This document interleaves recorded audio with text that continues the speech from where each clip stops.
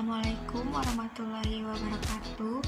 Nama saya Nino Hartami dari kelas 5A kelompok 1.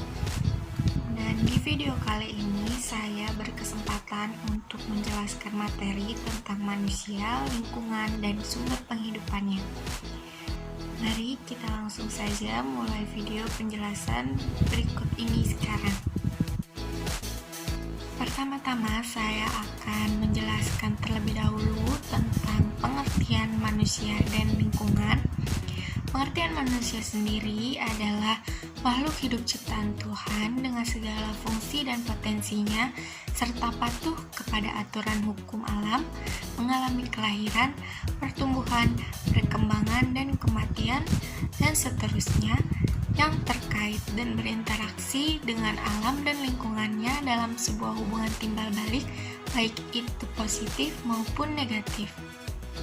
Selanjutnya, pengertian lingkungan adalah suatu media di mana makhluk hidup tinggal, mencari penghidupannya, dan memiliki karakter serta fungsi yang khas yang mana terkait secara timbal balik dengan keberadaan makhluk hidup yang menempatinya, terutama manusia yang memiliki sarana yang lebih kompleks dan real.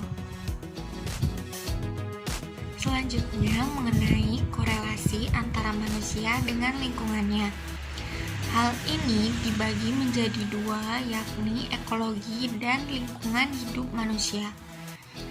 Pengertian ekologi sendiri ialah ilmu yang mempelajari hubungan timbal balik manusia dengan lingkungannya. Maka dari itu dapat disimpulkan bahwa ekologi membahas tentang kajian manusia dan lingkungannya dengan ditunjang oleh segi kepentingan manusia, yakni untuk manusia itu sendiri. Pendekatan ini disebut dengan pendekatan antroposentris. Kedua, yakni lingkungan hidup manusia. Manusia hidup, tumbuh, dan berkembang dalam lingkungan alam dan sosial budayanya. Dalam lingkungan alamnya, manusia hidup dalam sebuah ekosistem yang kini suatu unit atau satuan fungsional dari makhluk-makhluk hidup dengan lingkungannya. Dalam ekosistem terdapat komponen biotik dan abiotik, yakni sebagai berikut.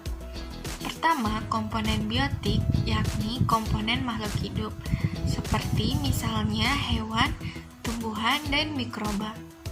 Yang kedua, komponen abiotik atau komponen benda mati, seperti misalnya air, udara, tanah, dan energi. Selanjutnya, yakni sumber penghidupan manusia. Manusia mendapatkan unsur-unsur yang diperlukan dalam hidupnya dari lingkungan. Semakin tinggi kebudayaan manusia menjadikan kebutuhan hidupnya beraneka ragam. Semakin besar kebutuhan hidup manusia, berarti semakin besar pula perhatian manusia terhadap lingkungannya. Lingkungan sangat penting bagi kehidupan manusia. Segala yang ada pada lingkungan dapat dimanfaatkan oleh manusia untuk mencukupi kebutuhan hidupnya. Hal ini karena lingkungan memiliki daya dukung, yakni kemampuan lingkungan untuk mendukung kehidupan manusia dan makhluk hidup lainnya. Selanjutnya, arti penting lingkungan bagi manusia. Yang pertama, lingkungan merupakan tempat hidup manusia. Manusia hidup, tumbuh, dan berkembang di atas bumi, yakni lingkungan itu sendiri. Yang kedua, lingkungan memberi sumber-sumber penghidupan manusia. Yang ketiga, lingkungan mempengaruhi sifat, karakter, dan perilaku manusia. Yang keempat, lingkungan memberi tantangan bagi kemajuan peradaban manusia. Yang terakhir, manusia memperbaiki, mengubah, bahkan menciptakan lingkungan untuk kebutuhan dan kebahagiaan hidup. Selanjutnya, peran manusia terhadap lingkungan. Peran dan pengaruh manusia terhadap lingkungan berpengaruh baik secara positif ataupun negatif. Berpengaruh bagi manusia karena manusia mendapatkan keuntungan dari perubahan tersebut, dan dapat berpengaruh tidak baik karena dapat mengurangi kemampuan lingkungan alam dalam kehidupan demi menunjang kehidupan manusia. Berikut ini adalah peran manusia yang bersifat negatif terhadap lingkungan. Pertama, eksploitasi yang melampaui batas. Hal ini dapat mengakibatkan persediaan sumber daya alam semakin menyusut. Kedua, punahnya keanekaragaman flora dan fauna. Ketiga, berubahnya keadaan permukaan bumi. Hal ini dapat mengganggu kestabilan tanah hingga menimbulkan longsor. Yang keempat, masuknya energi, bahan, atau senyawa tertentu ke dalam lingkungan yang menimbulkan pencemaran air, udara, dan tanah.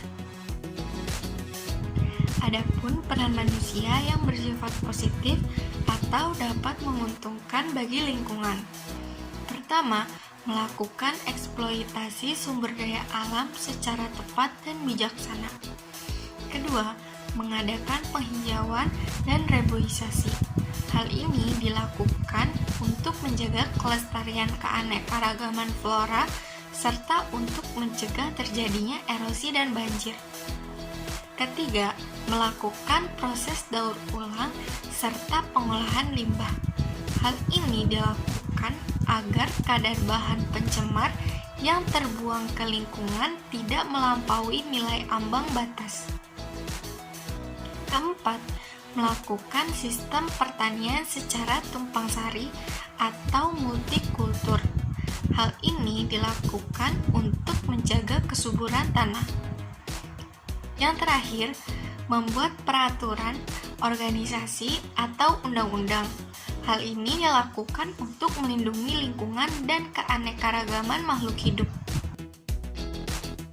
Sekiranya seperti itu yang dapat saya sampaikan, kurang lebihnya mohon maaf. Terima kasih dan wassalamualaikum warahmatullahi wabarakatuh.